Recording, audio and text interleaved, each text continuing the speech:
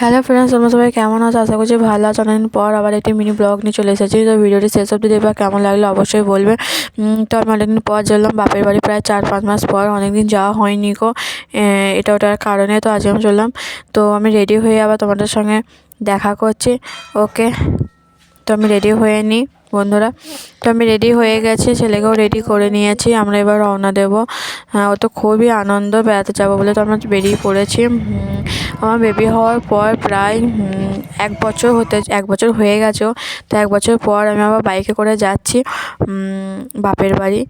তো এতটা রাস্তা আসেনি গো, কারণ ছেলে নিয়ে একটু অসুবিধা হবে বলে। তো অনেকদিন পর আবার বাইকে করে চললাম বাপের বাড়ি। এখানে আমরা একটু গ্যাপ দিয়েছিলাম অনেকটা রাস্তা বলে, আর এখানে কিছু মিষ্টি কিনে নিয়েছিলাম। এটা হচ্ছে শিবলুন হল্ট, তোমরা দেখতেই পাচ্ছ।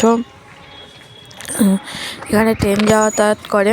তো আমার ছেলে এই যে বদমাইশি, ও সব জায়গাতে বদমাইশি, ফোনটা নেবে বলে কাড়াকাড়ি করছিল। তো আমরা আবার রওনা দিয়েছি ওখানে একটু গ্যাপের পরে। তো আমরা যাচ্ছি। আর আমিও, ছেলেটা আমার এখানে ঘুমিয়ে গিয়েছিলো, ওকে আমি বাড়িতে দিয়ে এসে আমি কিছু ভিডিও শ্যুট করতে যাব। তো তোমরা দেখতেই পাবে।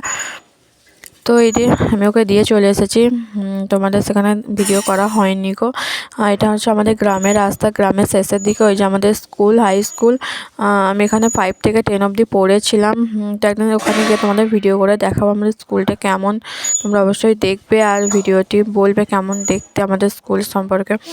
তো আমি এখানে সরষে ফুলে এখানে চলে এসেছিলাম, এখানে কটা ভিডিও করেছি। তো ভিডিওটি তোমরা নিশ্চয়ই দেখেছো।